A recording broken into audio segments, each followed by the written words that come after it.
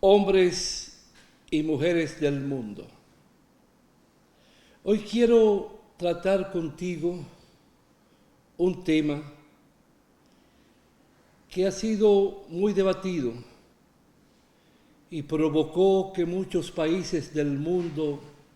fijaran posición. No solo eso, sino que por muchas horas, por 3 o 5 días consecutivos, las redes sociales inundaron todo el planeta. A su vez, los comunicadores de la prensa, radial, escrita, televisada, se permitieron emitir juicios de valores. Y es en relación a las elecciones que se llevaron a efecto hace 2 semanas en Venezuela. Ocurre que Venezuela estuvo gobernada por gobiernos presididos por hombres y mujeres que representaban el gran capital mundial y pusieron a Venezuela al servicio de los intereses del mundo. El petróleo, sus minas de oro, de plata, de cobre, de zinc, es decir, todos los minerales. Todas las empresas en Venezuela públicas fueron privatizadas, entregadas al gran capital privado. No se pensaba en los derechos esenciales del pueblo, como es el caso de los envejecientes, la educación, la salud. Millones de niños y niñas y jóvenes sin estudiar, sin escuela. Y también los seres humanos no eran partícipe o copartícipe del derecho a la alimentación, del derecho al trabajo y del derecho a la salud. Eso indica que Venezuela no pensaba en los pobres, ni daba la ayuda correspondiente al desarrollo del campo de forma integral. Los grandes monopolios, las grandes transnacionales, es decir, las grandes empresas, desde la Coca-Cola a otras, se constituyeron en los grandes beneficiarios, al igual que los grupos de poder, porque alimentaron y amamantaron la corrupción de Estado. El dinero del pueblo a través de los impuestos no llegaban al seno ni al corazón del pueblo sediente de justicia, de equidad. Surgió un hombre que fue militar y siendo militar se abocó a un golpe de Estado al presidente Andrés Pérez en ese entonces. Eso llevó consigo que el golpe de Estado fracasó y por tanto Hugo Chávez fue encarcelado y duró varios años en prisión. Hasta que llegó el presidente Caldera, que no se diferenciaba en el plano económico y social mucho de los gobiernos anteriores, pero fue un hombre más decente, fue un gran jurista, fue un especialista en el derecho del trabajo y la seguridad social, y le condonó la pena a Hugo Chávez y salió en libertad. Pero en la cárcel Hugo Chávez se fue preparando, fue leyendo, se convirtió, como se dice en el lenguaje llano, en un ratón de biblioteca. Comenzó a estudiar a los grandes pensadores, incluyendo a Carlos Marx y a otros, sin dejar de lado las obras que Juan Bosch había escrito sobre el pentagonismo y sobre otros temas que guardan relación con la economía y en particular con la autodeterminación de pueblo y de Estado. Eso provocó una toma de conciencia en Hugo Chávez y lo llevó tan pronto tomó el poder a través de las elecciones, le ganó a los partidos tradicionales, es decir, a PECO, Acción Democrática, y a los copellanos, Acción Social Cristiana, o sea, imbuida de la idea cristiana. Todos esos conocimientos que Hugo Chávez fue captando y comprendiendo provocaron la toma de conciencia de que Venezuela en primer lugar no era colonia, no era dependiente de ningún país del mundo, sino que tenía que caminar por los senderos de su propia autodeterminación y a la luz de sus propias decisiones, de conformidad con los intereses para bien del pueblo. En honor a la verdad se convirtió en un gran líder, no solo para Venezuela, sino una voz resonante para los pueblos de la América Latina, mejor dicho, los pueblos indígenas, de raza negra, de raza blanca, sin importar el color de la piel ni de su estatus social. Hugo Chávez jamás fue comprendido por la oligarquía venezolana ni por la alta burguesía de ese país, y mucho menos por los Estados Unidos y otros países de la América y del mundo. Se le vio como sinónimo de algo diabólico, porque sucede que todo el que lucha por los pobres le pasa lo mismo que le pasó al Jesús de Nazaret, que murió crucificado. Es como algo envenenado, es como algo diabólico, es como algo perverso el lanzar el grito por la liberación de los pueblos y por la liberación en lo económico y social de los hombres y mujeres de nuestra América. Hugo Chávez gobernó, pero pudo nacionalizar la industria petrolera y pudo también nacionalizar y obtener a través del pago las grandes empresas en Venezuela, e implantó un respeto desde los Estados Unidos hasta Alemania y Francia en Europa y otros países. Hugo Chávez fue un hombre admirado, pero también odiado. A su muerte le sucedió en el poder el presidente Maduro. No puedo negar que desde otras latitudes nosotros tenemos diferencia en muchos aspectos de la forma de conducir el gobierno y el Estado en Venezuela. Consideramos que se ha disgregado en determinados aspectos cuando debió de haber diversificado la producción de Venezuela y tomar el dinero del petróleo para implementar el desarrollo de las grandes industrias que transformaran la materia prima de una Venezuela que debió ser sembrada desde la habichuela, la piña, de todos los productos necesarios a la mesa de cada venezolano. Ahora volvió a participar como candidato en las elecciones, pero la ultraderecha venezolana, la que ha propugnado hasta por una intervención de los Estados Unidos o de cualquier otra potencia del sistema capitalista que busca imponer el libre mercado sin pensar en los derechos esenciales e inalienables de los ciudadanos y ciudadanas, desde el niño hasta el envejeciente, se encuentra en una situación difícil económicamente por más de 955 sanciones económicas que los Estados Unidos y otras naciones de Europa y América le han impuesto. Es decir, le han encadenado al libre albedrío para controlar sus mercados, sus bienes y sus patrimonios y ponerlo a beneficio y en beneficio de toda una nación. Sucede que esa oligarquía y la oposición han mirado a Maduro como un enemigo, no como un contrincante o adversario, y le han hecho la vida también difícil. Y desde antes de empezar el día de la votación, ya empezó la campaña de fraude. Y sucede que Venezuela se ha caracterizado por haber construido, por haber desarrollado un gran instrumento electoral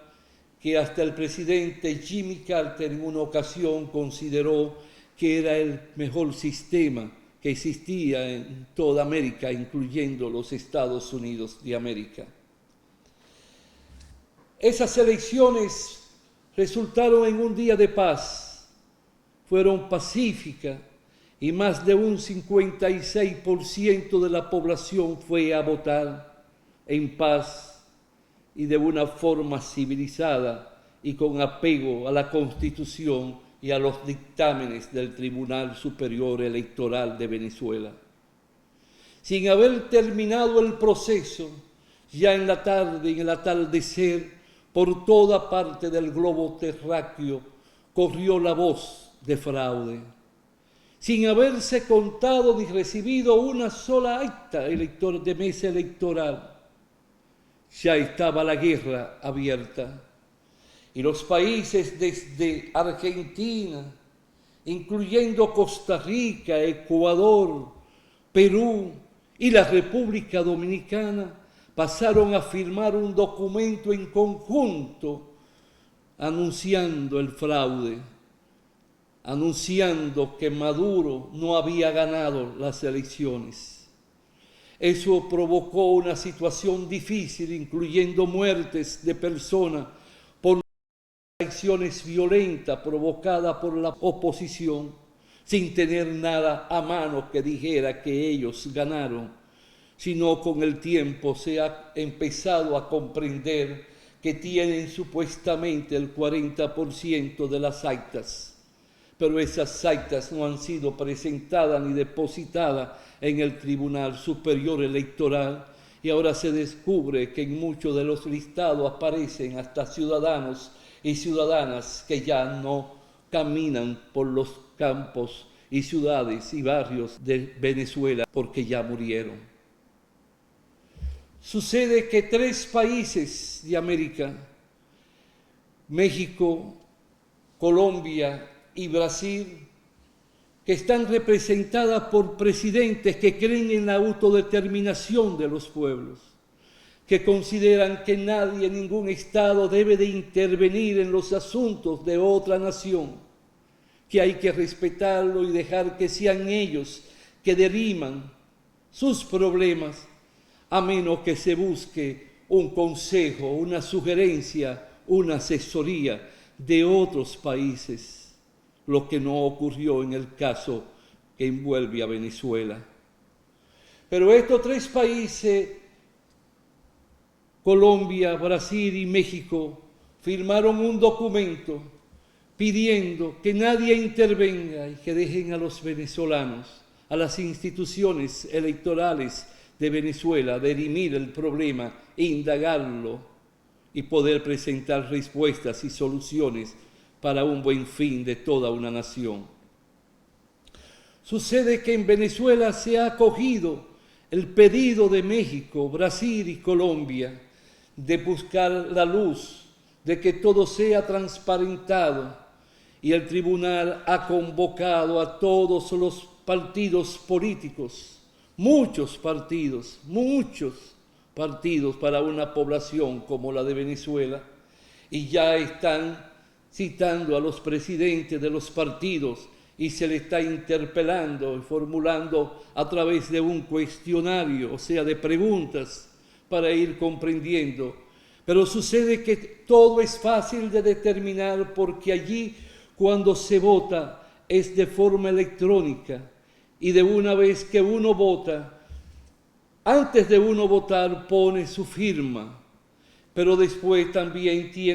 sale un papelito como esos vouchers cuando uno paga con tarjeta de crédito y ese papelito, aparte de lo que está en la memoria de la computadora, es firmado por cada ciudadano y ciudadana que vota. Hoy comienzan a surgir luces y nos encontramos de sorpresa que ya no se ve en las redes sociales el conflicto de Venezuela, ni se habla de las elecciones. El secretario de Estado de los Estados Unidos había reconocido al candidato de la oposición y hoy sale otra voz en Estados Unidos que ellos no pueden emitir una posición y se unen a las sugerencias de México, de Brasil y de Colombia. Se está buscando reunir todas las actas y todos los equipos que configuran e integran las computadoras, como los papelitos firmados, para entonces provocar recontar todas las actas. Quiere decir que nosotros hemos recibido una gran galleta como país, porque el presidente de la República Dominicana también dijo que el otro había ganado y al mismo tiempo firmó el acuerdo con Costa Rica, Argentina, Perú y otras naciones de América, lo cual no le incumbe a nuestro presidente ni a nuestro país como Estado. Nosotros no podemos decir que ganó uno ni ganó el otro hasta que el Tribunal Electoral se pronuncie con las pruebas en la mano, con la transparencia requerida, para que entonces entre todos sí podamos aunar esfuerzos y voluntades para que Venezuela pueda encauzar sus pasos y sus acciones hacia la gran transformación que merece como nación, como pueblo y como país. Nosotros quisiéramos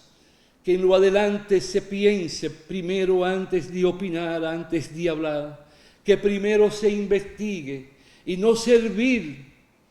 de trampolín a ninguna nación del mundo, ni a intereses particulares, sino motivar para que todo pueda resultar positivo para los pueblos a través de la democracia, y la democracia se rigen amamantando el proceso electoral. Por ejemplo, nosotros salimos de un proceso electoral, bien o mal, que sacara el presidente solo un 30% de la nómina o de la plataforma electoral, el señor Leonel un 15% y el señor Haber un 5%, pero la Constitución dice que el que saque la mitad más uno de los votantes, ese es el ganador, por lo cual nadie tiene el derecho a cuestionar la legalidad del presidente Luis Abinader, porque está todo como resultado de lo que manda la Constitución. No seamos peones de ninguna potencia. Mejor luchemos porque los Estados Unidos y los países de Europa le quiten las sanciones a Venezuela, como ha ocurrido con Cuba, con más de 2.600 sanciones hace ya más de 60 años desde que tomó la revolución.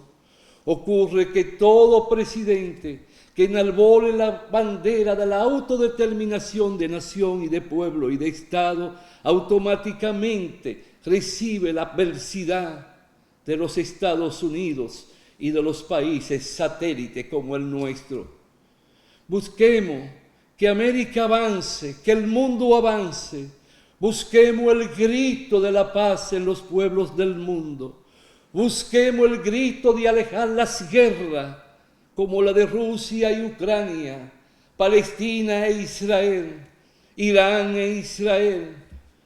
Busquemos que haya un símbolo de paz y solidaridad y lealtad.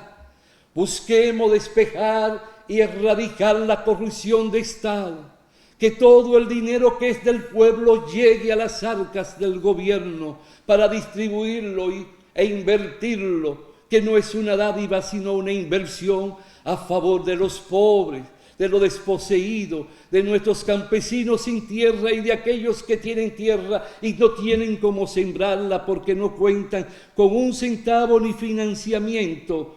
accesible y posible a bajos intereses. Esa debe ser nuestra misión. No amamantar odios ni intrigas, no ser centinela de la fatalidad, sino centinela del amor y de la paz. Ojalá que estas palabras no sean malinterpretadas por toda una obsesión que hay, por todo un odio que se ha expandido, Dejemos que los pueblos marchen, que se esculpan, que se autoconstruyan y se autodesarrollen, porque en la medida en que Venezuela avanza, avanzamos nosotros. En la medida en que avanzamos nosotros, avanza Haití, avanzan otras naciones con las cuales tenemos transacciones de carácter comercial y económica. Ojalá que así sea, para bien del mundo, para bien de la humanidad. Que surjan las palabras, las expresiones para bien de todos, los pobres primero,